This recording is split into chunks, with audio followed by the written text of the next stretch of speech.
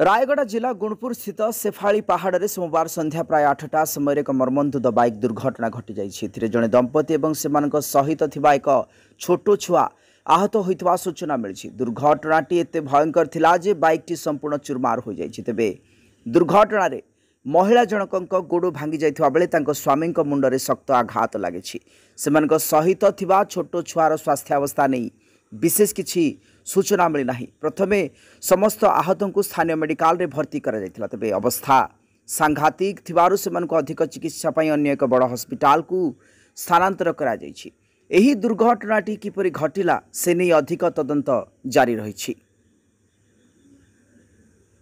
गुणपुर ईश्वर मिसाल को report, Odisha news express.